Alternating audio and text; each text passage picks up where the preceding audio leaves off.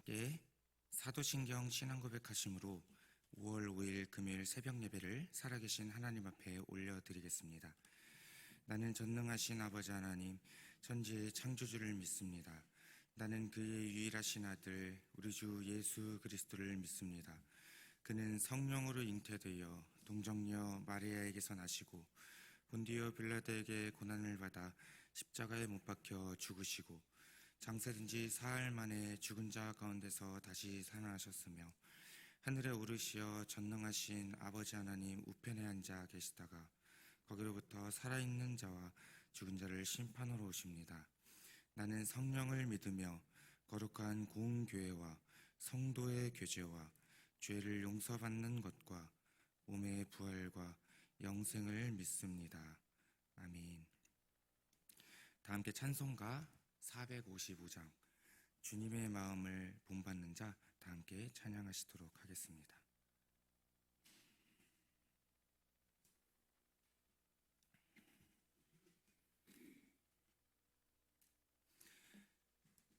주님의 마음을 본받는 자 그 맘에 평강이 찾아오면 험악한 세상을 이길 힘이 하늘로부터 임함이로다. 주님의 마음 본받아 살면서 그 거룩하심 나도 이루리. 주 모습 내 눈에 안 보이며 그 음성 내 귀에 안 들려도 내 영혼 날마다 주를 만나 한 말씀 늘 배우도다. 주님의 마음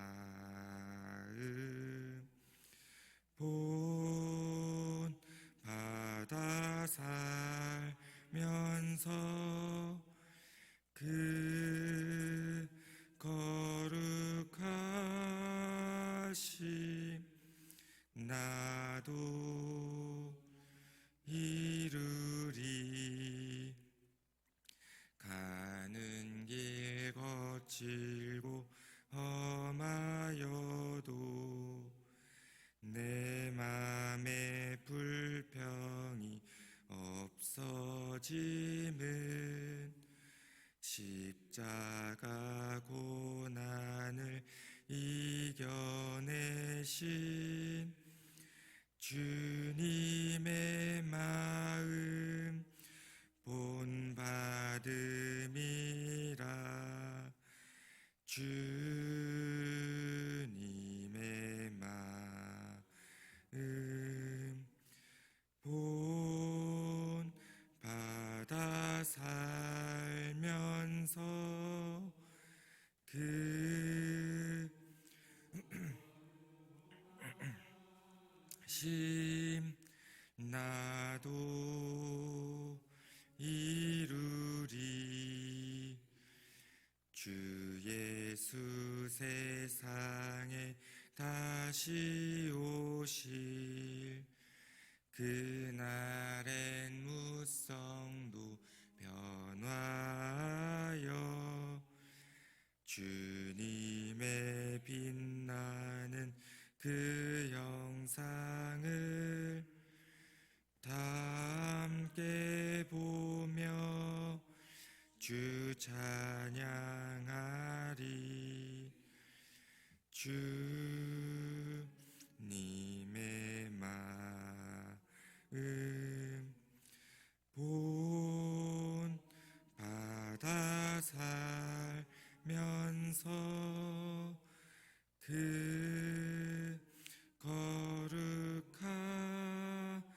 되심 나도 이루리. 아멘. 다 함께 오늘 은혜 나누실 하나님 말씀은 로마서 8장 1절부터 39절까지의 말씀입니다. 신약성경 248면에 있습니다. 로마서 8장 1절부터 39절까지의 말씀.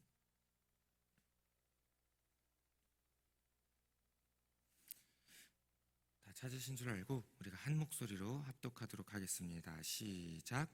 그러므로 이제 그리스도 예수 안에 있는 자에게는 결코 정죄함이 없나니 이는 그리스도 예수 안에 있는 생명의 성령의 법이 죄와 사망의 법에서 너를 해방하였음이라. 율법이 육신으로 말미암아 연약하여 할 수 없는 그것을 하나님은 하시나니 곧 죄로 말미암아 자기 아들을 죄 있는 육신의 모양으로 보내어 육신의 죄를 정하사 육신을 따르지 않고 그 영을 따라 행하는 우리에게 율법의 요구가 이루어지게 하려 하심이니라. 육신을 따르는 자는 육신의 일을, 영을 따르는 자는 영의 일을 생각하나니 육신의 생각은 사망이요 영의 생각은 생명과 평안이니라. 육신의 생각은 하나님과 원수가 되나니 이는 하나님의 법에 굴복하지 아니할 뿐 아니라 할 수도 없음이라. 육신에 있는 자들은 하나님을 기쁘시게 할 수 없느니라. 만일 너희 속에 하나님의 영이 거하시면 너희가 육신에 있지 아니하고 영에 있나니 누구든지 그리스도의 영이 없으면 그리스도의 사람이 아니라. 또 그리스도께서 너희 안에 계시면 몸은 죄로 말미암아 죽은 것이나 영은 의로 말미암아 살아있는 것이니라.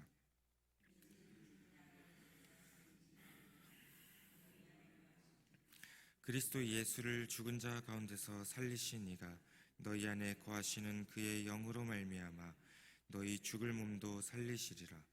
그러므로 형제들아 우리가 빚진 자로 돼 육신에게 져서 육신대로 살 것이 아니니라. 너희가 육신대로 살면 반드시 죽을 것이로되 영으로서 몸의 행실을 죽이면 살리니 무릇 하나님의 영으로 인도함을 받는 사람은 곧 하나님의 아들이라. 너희는 다시 무서워하는 종의 영을 받지 아니하고 양자의 영을 받았으므로 우리가 아빠 아버지라고 부르짖느니라. 성령이 친히 우리의 영과 더불어 우리가 하나님의 자녀인 것을 증언하시나니 자녀이면 또한 상속자 곧 하나님의 상속자요 그리스도와 함께 한 상속자니 우리가 그와 함께 영광을 받기 위하여 고난도 함께 받아야 할 것이니라. 생각하건대 현재의 고난은 장차 우리에게 나타날 영광과 비교할 수 없도다. 피조물이 고대하는 바는 하나님의 아들들이 나타나는 것이니 피조물이 허무한데 굴복하는 것은 자기 뜻이 아니요 오직 굴복하게 하시는 이로 말미암음이라. 그 바라는 것은 피조물도 썩어짐의 종노릇한 데서 해방되어 하나님의 자녀들의 영광의 자유에 이르는 것이니라. 피조물이 다 이제까지 함께 탄식하며 함께 고통을 겪고 있는 것을 우리가 아느니라. 그뿐 아니라 또한 우리 곧 성령의 처음 익은 열매를 받은 우리까지도 속으로 탄식하여 양자될 것 곧 우리 몸의 속량을 기다리느니라. 우리가 소망으로 구원을 얻었음에 보이는 소망이 소망이 아니니 보는 것을 누가 바라리요. 만일 우리가 보지 못하는 것을 바라면 참음으로 기다릴지니라. 이와 같이 성령도 우리의 연약함을 도우시나니 우리는 마땅히 기도할 바를 알지 못하나 오직 성령이 말할 수 없는 탄식으로 우리를 위하여 친히 간구하시느니라. 마음을 살피시는 이가 성령의 생각을 아시나니 이는 성령이 하나님의 뜻대로 성도를 위하여 간구하심이니라. 우리가 알거니와 하나님을 사랑하는 자 곧 그의 뜻대로 부르심을 입을 자들에게는 모든 것이 합력하여 선을 이루느니라.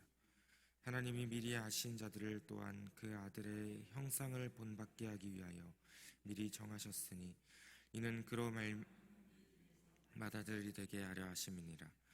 또 미리 정하신 그들을 또한 부르시고 부르신 그들을 또한 의롭다 하시고 의롭다 하신 그들을 또한 영화롭게 하셨느니라.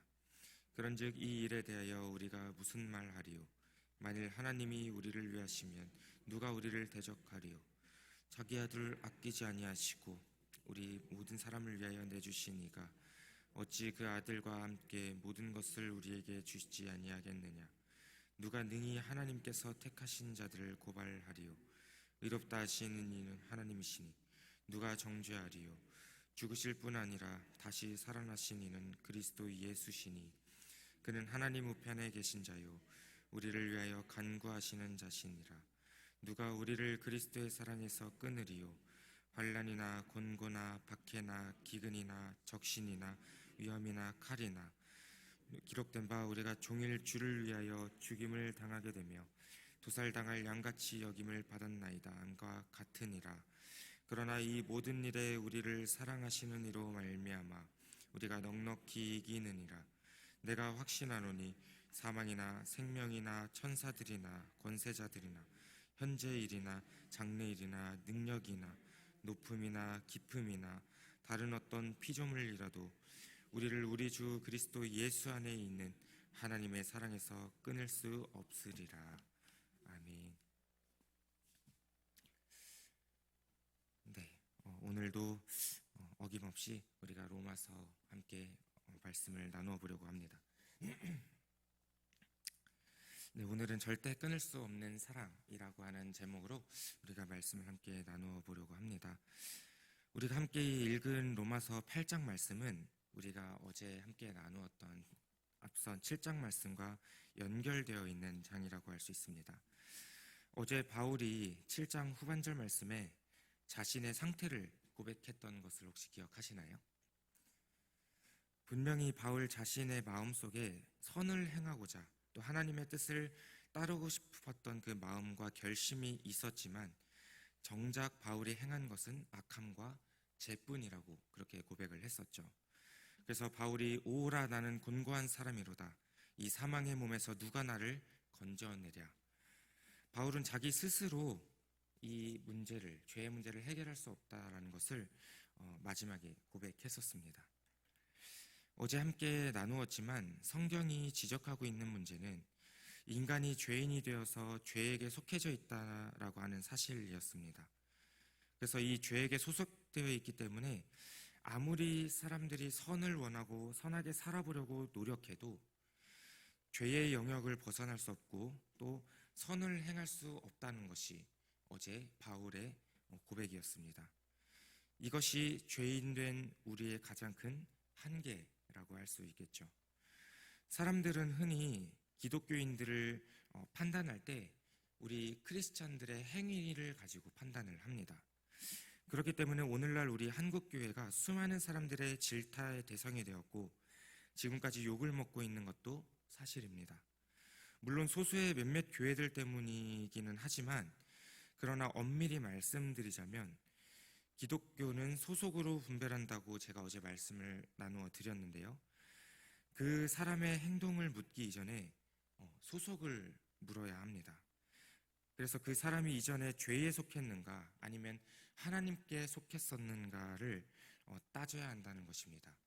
즉 세상은 우리의 행동, 사람의 행동과 우리 기독교의 행동을 가지고 그렇게 판단을 하고 정죄를 하지만 우리 기독교는 그 사람의 행동을 묻기 이전에 소속을 묻는다라는 말씀입니다. 그래서 그 사람이 죄에 속했는지 하나님께 속했는지를 우리가 그렇게 따져야 한다는 것이죠. 지금 당장의 행위보다 중요한 것이 있다면 지금 우리 현재의 소속이라고 말씀을 드렸습니다. 그래서 지금 바울이 우리 성도의 새로운 존재, 또 성도의 새로운 신분, 성도의 새로운 소속을 오늘 말씀을 통해서 우리에게 언급해주고 있는데요. 성도가 어떤 행위를 하는가를 묻기 이전에 성도가 죄에서 벗어나려고 얼마나 몸부림쳤는가를, 또 성도가 어떤 열매를 맺고 있는가를, 또 성도가 이전에는 죄의 소속이었는데 이제는 하나님께로 속한 자로 그 신분과 또 그 위치와 소속이 바뀌었는가를 우리가 그것을 알아보는 것이 중요하다라고 말씀드리고 싶습니다. 즉 하나님이 죄인의 소속과 신분을 어떻게 바꾸어 놓으셨는지를 사도 바울은 오늘 우리에게 그것을 말씀해주고 있는 것이죠. 오늘 우리가 함께 나눈 로마서 8장 1절과 2절 말씀 우리가 다시 한번 함께 읽어보도록 하겠습니다. 시작. 그러므로 이제 그리스도 예수 안에 있는 자에게는 결코 정죄함이 없나니 이는 그리스도 예수 안에 있는 생명의 성령의 법이 죄와 사망의 법에서 너를 해방하였음이라. 아멘. 바울이 처음 도입부에 시작하면서요, 이제 그리스도 예수 안에 있는 자에게는 결코 정죄함이 없다고 말하면서 시작을 합니다. 그리스도 예수 안에 있는 자라고 하는 것은 인간이 예수 그리스도를 모시고 있다라고 정도의 표현이 아니라고 하는 것입니다. 성도가 그리스도 안에 거하고 있다라는 사실을 이 사도 바울은 너무나도 강조하고 싶었던 거예요. 그래서 그리스도 예수 안에 있는 자라고 표현한 것입니다. 그래서 성도는 죄에서 해방되어서 하나님 안에 속한 자, 그리스도 예수 안에 거하는 자, 이제는 더 이상 정죄함을 받지 않는 자라고 결론지어서 선포하는 것이 바로 사도 바울이 우리에게 말씀해주고 있는 것입니다. 그런데 여기서 끝이 아닙니다. 예를 들어 학생들이 푸는 문제집과 답안지를 살펴보시면요, 먼저 정답이 나오는 것을 알고 계실 거예요. 그리고 나서 그 뒤에 무엇이 따라서 나오냐면 바로 해설이 나오게 됩니다. 정답이 나왔으면 왜 이런 정답이 나왔는지를 설명해 주어야만이 그 문제를 온전히 풀어나갈 수 있고 그 문제에 대해서 온전히 이해할 수 있겠죠. 성경도 마찬가지라는 사실입니다. 정답만 선포하고 있는 것이 선포하고 무작정 그것을 외우라고만 하고 있는 것이 아니라 그 뒤에는 왜 이렇게 정답을 이야기했는지 그 뒤에 설명이 나온다라고 하는 것이죠. 즉 사도 바울이 1절 2절에서 우리가 결코 정죄함, 예수 그리스도 안에 있을 때 결코 정죄함을 받을 수 없다는 것을 그 다음 구절부터 이제 사도 바울은 설명을 하고 있는 것입니다.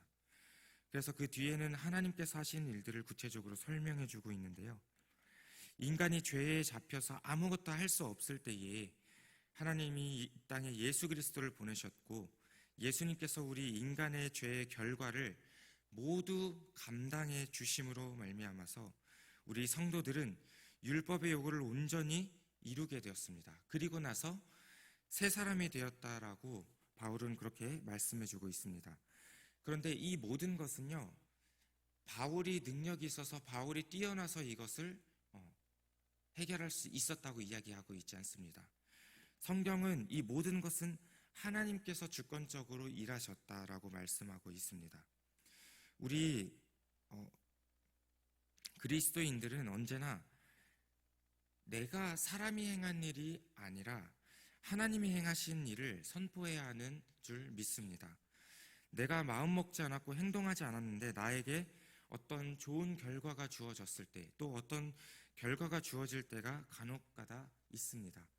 근데 그것이 내가 어떤 운이 좋아서 또 내가 어떤 능력이 뛰어나서 그렇게 결과가 나온 것이 아니라 그것은 바로 나와 함께 하셨던 하나님께서 하셨기 때문에 가능한 일이라고 생각을 합니다. 그래서 로마서 8장을 읽으실 때 주의하면서 이제 읽으셔야 하는 부분들을 좀 간단하게 나누고 싶은데요, 8장에 나오는 용어들의 그 의미를 우리가 그냥 문자적 의미로만 해석할 것이 아니라 성경적 의미로 해석해야 될 필요가 있습니다. 우리가 로마서 8장 말씀에 살펴보면 이 육신과 영이라고 하는 용어들이 자주 등장하는 것을 볼 수가 있습니다. 계속해서 이제 반복해서 나오는 것을 보실 수가 있는데, 이 본문 말씀에서 사용되는 육신은요, 절대로 우리의 몸, 이 신체를 의미하지 않습니다. 영도 우리의 혼과 정신을 의미하는 것이 아니라는 말씀입니다. 성경은 인간을 구분 지을 때요, 몸과 정신으로 나누지 않습니다. 물론 구성적으로는 구분할 수는 있지만 실제적으로는 구분될 수 있는 것이 아니라는 말씀인데요, 조금 제가 예를 들어서 설명을 해드릴게요. 저에게 손과 발이 있습니다. 그렇다고 손과 발이 전혀 별개의 존재로 분리할 수는 없잖아요. 왜냐하면 기능상으로 손의 역할과 발의 역할은 다르지만 손과 발은 제 몸의 일부로서 같이 붙어 있잖아요. 그래서 분리될 수 없는 것이 손과 발입니다. 그렇기 때문에 이렇게 사람의 구성적 측면에서는 각자 맡겨진 기능이 다르고 또 각자의 기능이 있지만 사람과 완전히 분리되어서 존재할 수는 없다라는 것이죠. 즉 손과 발이 기능적인 면에서는 다르지만요, 내 몸에서는 완전히 분리돼서 이야기할 수 없다라는 사실입니다. 즉 본문에서 나오는 육신이나 영은요, 인간의 구성 요소를 말하는 것이 아니라 인간의 상태, 인간의 위치를 표현하는 용어로 사용되고 있는 것입니다. 즉 육신은 몸과 신체를 의미하는 것이 아니라 인간의 죄에 잡혀있는 상태, 죄의 종이 된 신분, 또 죄인이라고 하는 정체성을 의미하기 위해서 이 육신이라고 하는 용어를 사용했다라고 하는 것이죠. 그래서 인간의 여러 부분 중에서 몸이 아니라 총체적인 인간으로서 그 인간의 상태를 설명하는 것이 오늘 본문에서 말씀하고 있는 육신이라고 하는 겁니다. 또 영이라고 하는 것은 인간을 구성하고 있는 요소 중에 사고와 이해, 감정을 나타내는 기능적 부분으로 사용되어진 것이 아닙니다. 육신과 동일하게 총체적 인간으로서 하나님께 속한 상태를 의미하고 있는 것입니다. 근데 제가 설명드린 것이 말이 너무 어렵죠. 저도 그렇게 생각했습니다. 그래서 제가 조금 더 쉽게 설명해 드리면, 오늘 본문 말씀에서 사용되어진 이 육신이라는 용어는요, 죄를 나타내는 말입니다. 쉽게 말씀드려서. 영은 하나님을 나타내는 말입니다. 물론 로마서 다른 구절에서 다른 장에서 말씀하는 육신과 몸은 진짜 우리의 실제적인 육신과 아까 제가 말씀드렸던 그런 우리의 정신, 그런 혼을 말씀하는 경우도 있습니다. 그렇기 때문에 우리가 구분해서 잘 이해하셔야 되지만, 오늘 로마서 8장에서 말씀하고 있는 육신은 죄를 말씀하는 것이고 영은 하나님에 대해서 말씀하고 있다라는 것이죠. 우리 다 함께 로마서 8장 9절 말씀 함께 읽어보겠습니다. 시작. 만일 너희 속에 하나님의 영이 거하시면 너희가 육신에 있지 아니하고 영에 있나니 누구든지 그리스도의 영이 없으면 그리스도의 사람이 아니니라. 이 말씀을 조금 더 풀어서 설명드리자면, 만일 너희 속에 하나님의 영이 거하시면 너희가 육신에 거하지 아니하고 영에 거하는 것인데, 너희는 너희 속에 그리스도가 계시는, 그냥 그리스도가 너희 안에 계시는 정도가 아니라 너희 자체가 아예 그리스도 안에 존재하는 자들이다 라고 사도 바울은 말씀해주고 있는 것입니다. 그렇기 때문에 너희는 육신에 있는 사람들이 아니라 너희는 영에 속한 자들이다 라고 말씀해주고 있는 것입니다. 그래서 바울이 너희는 육신에 속한 자들이 아니고 영에 속한 자들이라고 이야기하면서요, 그 뒤에 우리가 받을 영광과 또 현재의 고난에 대해서 이야기를 합니다. 로마서 8장 17절 18절 말씀에 이렇게 말씀하고 있는데요, 자녀이면 또한 상속자 곧 하나님의 상속자요 그리스도와 함께한 상속자니 우리가 그와 함께 영광을 받기 위하여 고난도 함께 받아야 할 것이니라. 생각하건대 현재의 고난은 장차 우리에게 나타날 영광과 비교할 수 없도다. 우리가 17절 말씀을 가만히 보시면 마치 고난이 영광을 받을 수 있는 조건처럼 그렇게 느껴지실 수 있습니다. 쉽게 말씀드려서 고난을 받아야만이 우리가 영광을 누릴 수 있다라고 이해가 되실 수 있을 것 같아요. 그런데 사도 바울은요, 그런 목적으로 이 로마서를 쓰지 않았습니다. 바울이 로마서를 쭉 1장부터 써오는 내용들을 살펴보면요, 그 흐름을 보시면 고난을 영광의 조건으로 이해하는 것은 전혀 맞지 않는다라는 것이죠. 제가 간략하게 말씀드려 볼까요? 로마서 1장, 2장에서는 인간이 죄인이라고 바울은 고백했습니다. 3장에서 죄인은 스스로 죄를 이길 수 없다고 말했고 스스로 구원받을 가능성도 방법도 없다는 사실을 바울은 그렇게 말씀하고 있습니다. 그래서 4장에서 하나님께서 은혜로 구원해 주셨다고 선포를 했고요. 그리고 그 뒤에 5장에서는 이제 우리가 구원받았으니 하나님과 더불어 화평을 누리자고 말씀하고 있습니다. 그리고 그 뒤에 이어서 6장, 7장, 8장에선 그 구원의 상태와 하나님과의 화목한 상태, 하나님과 화평을 누리는 상태를 설명해 주고 있는 것이 바로 6장, 7장, 8장의 말씀입니다. 그래서 하나님과 더불어 구원을 누리자고 이야기하면서 이제는 다시는 우리에게 결코 정죄함이 없다라고 바울은 그렇게 선포를 했습니다. 이렇게까지 사도 바울이 쭉 자신이 나름대로 하나님 안에서 깨달은, 또 율법과 죄에 대해서 깨달은 것들을 우리에게 이렇게 선언하면서, 근데 끝에 마지막에 와서 바울이 갑자기 그런데 지금까지 내가 이야기한 모든 영광은 너희가 고난이 없으면 안 돼 라고 말씀하고 있다라고 한번 생각해 보십시오. 지금까지 쭉 좋은 것을 우리가 어떻게 해야 된다라는 것을 쭉 나열해 놓고 그 뒤에 그렇지만 너희 고난을 받아야 돼. 그래야 이 모든 것이 이렇게 되어질 수가 있어. 이거는 말이 안 되는 말이잖아요. 그래서 마치 다 해줄 것처럼 그렇게 사도 바울이 말하다가 마지막에는 무언가를 해야 이렇게 될 수 있다라고 하는 것처럼 그렇게 입장을 바꾸는 것과 같다라고 하는 거죠. 그런데 이것은 사도 바울이 온전히 우리에게 전달하고자 하는 그 메시지가 아니라고 하는 것이죠. 그래서 이 영광을 받으려면 고난을 받아야 한다라는 이 말은요, 성경에서는 이제 조건부처럼 들리지만 이 말씀은 조건형이 아니라는 사실입니다. 고난이라는 단어가 17절에도 나와 있지만 18절에도 함께 나와 있는데요. 근데 자세히 이 말씀을 보시면 17절과 18절은 좀 전혀 다른 상황이라는 것을 우리가 알 수가 있습니다. 17절을 보시면 마치 고난 받아야 하는 것이 영광의 조건처럼 말씀하고 있는데, 그런데 18절 말씀을 보시면 현재의 고난은 이라고 말씀하고 있잖아요. 이미 성도들이 고난받고 있는 것으로 볼 수 있다라고 하는 것입니다.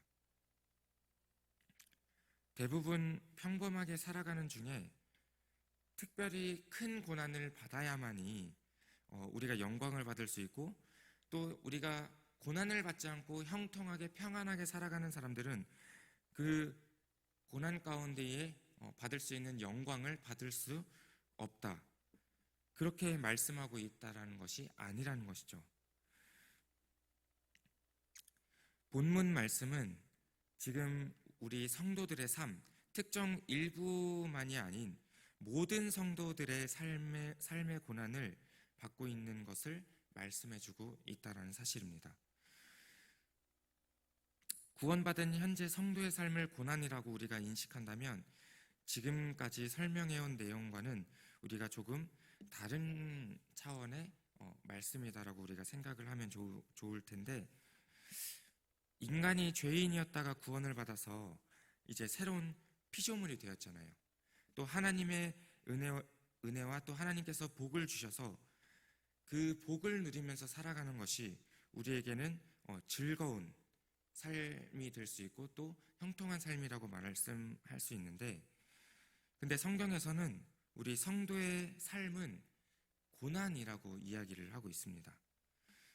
영광을 받기 위해서 따로 또 우리가 고난을 받아야 한다라는 말씀이 아니라요, 이미 우리가 살아가는 삶 자체가 고난이라고 하는 것을 사도 바울은 말씀해주고 있다라는 것입니다.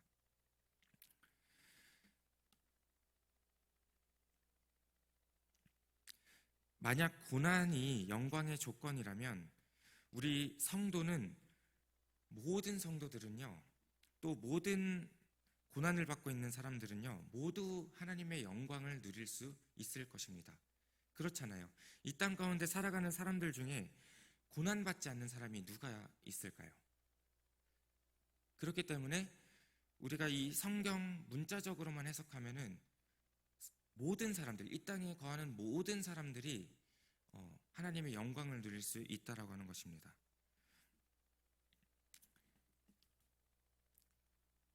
그런데 성경에서는 그런 뜻으로 이렇게 이야기하고 있지 않다라고 하는 것이죠. 그래서 사도 바울은 우리의 삶을 고난이라고 이렇게 표현한 것을요, 왜 사도 바울은 우리의 삶이, 성도들의 삶이 현재 고난이라고 표현을 할 수밖에 없었을까? 근데 제가 어제도 말씀드렸지만 사도 바울은요, 자기 한탄 또 자기 비하 어떤 이런 차원에서 이렇게 말씀하고 있는 것이 아니라는 사실입니다. 지금 현재 성도의 삶을 고난이라고 표현한 것은 성도가 살다가 지치고 힘들어서 한탄하는 말이 아니라 하나님께서 우리에게 주시는 말씀인데, 우리 사람이 살아가면서 진짜 아무런 고난, 아무런 문제 없이 늘 행복하고 늘 형통하다라고 한번 생각해 보십시오. 어떨까요? 어떤 모습의 삶일까요? 사도 바울이 오늘 우리에게 말씀해 준 이 말씀은요, 이 땅 가운데서 우리가 살아가는 삶은 정말 고난뿐이잖아요. 어렵고 힘든 삶이잖아요. 그런데 사도 바울이 이야기하는 것은 우리가 장차 우리에게 도래할 그 하나님의 나라, 또 정말 그 영광스런 그 보좌 앞에서의 그 자리, 또 하나님께서 우리를 향하신 예비해 놓으신 그 하늘나라가 있단 말이죠. 기업이 있고 천국이 있단 말이죠. 그런데 그것과 비교해 보았을 때에 지금 우리가 살아가는 이 땅의 삶, 우리가 살아가는 이 세상은 비교적 너무나도 힘들고 너무나도 악하다라고 하는 것이죠. 그래서 우리가 하나님께서 만들어 놓으신 그 완전하신 온전하신 세상과는 비교가 되기 때문에 우리가 이 땅 가운데서 온전한 행복과 온전한 행복을 누리면서 살아가고 있지 못하다라는 것입니다. 그런데 하나님께서는요, 정말 자비로우시고 좋으신 하나님이시잖아요.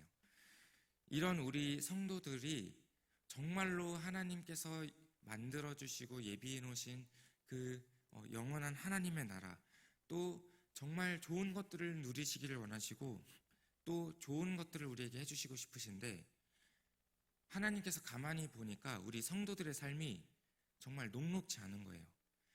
어느 누구나 정말 고난 가운데서 힘들게 살아가고 있는 겁니다. 그런데 하나님께서 이런 우리의 모습을 보고 그냥 방관하시고 그냥 그래 너희는 그렇게 살아갈 수 없는 운명이다라고 하시면서 그렇게 정없이 이렇게 행하시는 분이실까요? 아니라는 말씀입니다.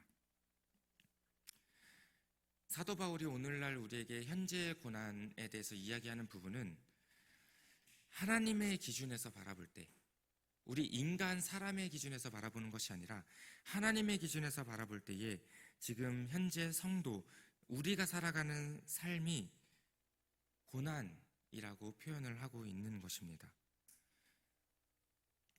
그래서 나의 구원뿐만이 아니라 더 많은 하나님의 자녀들을 구원하시려고 지금 주님께서는 지금 당장이라도, 아니 오늘 지금 이 시간이라도 재림하셔서 심판해 주러 오실 수 있지만서도 당장 재림하시지 않고 우리가 이 재림을 기다리고 있는 삶, 또 우리가 현재 주님을 기다리면서 고난받고 있는 이 삶을 살아갈 수밖에 없는 이유는 주님께서는 아직까지도 구원받을 수 있는 대상들이 있다라는 사실을 알고 계시기 때문이에요.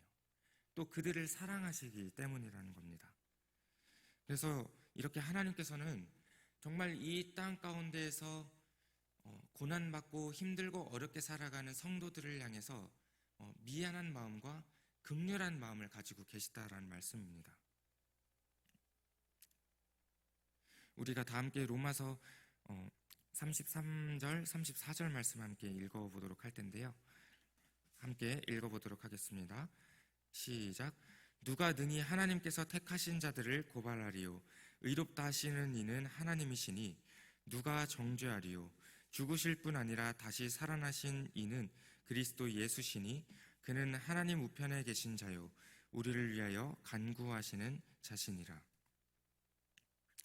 이 의로우신 하나님께서는요, 정말 우리를 그냥 내버려 두지 아니하시고 우리를 향하신 뜻하심과 계획하심이 있다라고 하는 사실입니다. 그렇기 때문에 이 의로운 하나님께서 우리와 함께 하시기 때문에 오늘 사도 바울이 무엇이라고 이야기하냐면요, 하나님이 우리 성도를, 우리 당신의 사랑하는 백성들을 의롭다고 하셨기 때문에 그 어느 누구도 우리에 대해서 정죄할 수 없다라고 이야기하고 있습니다.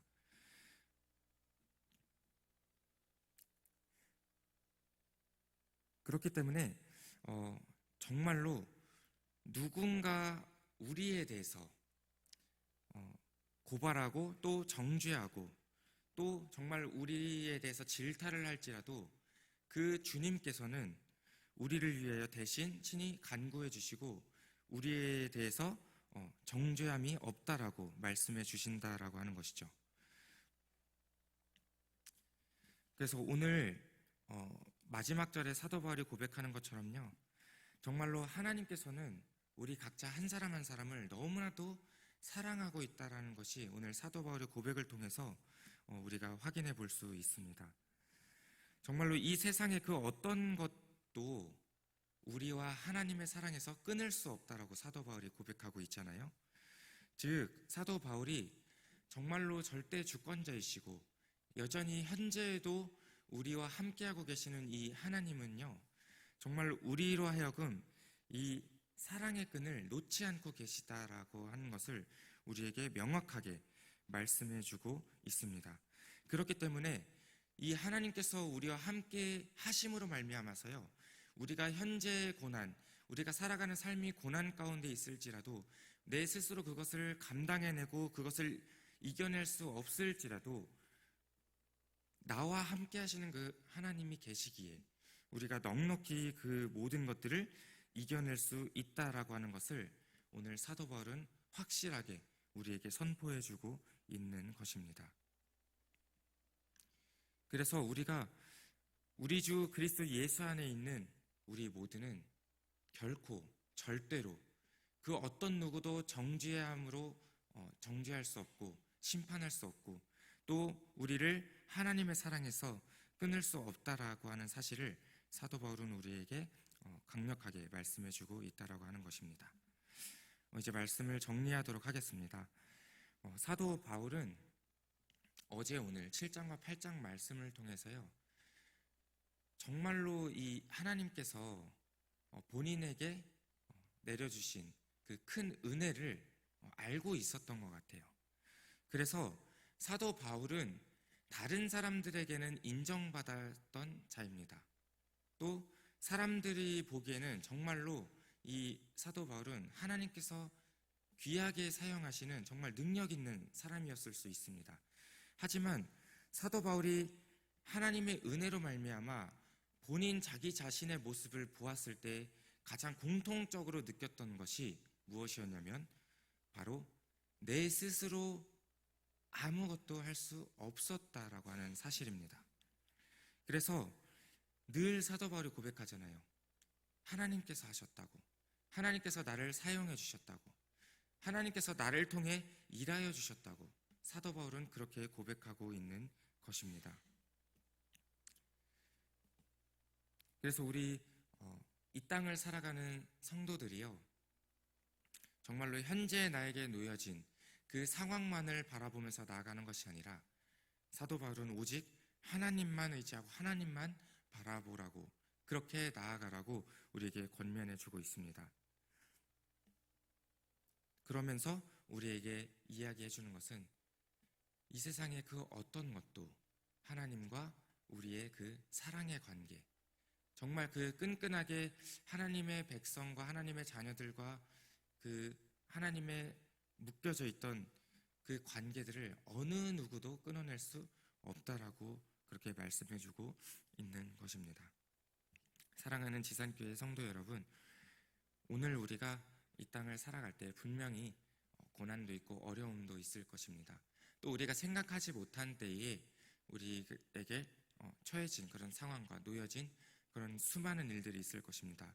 하지만 사도 바울은 이 가운데서 우리가 낙심하고 낭망하고 좌절하고 있을 것이 아니라 우리와 함께하고 계신 그 주님을 바라보고 의지하라고 권면하고 있습니다.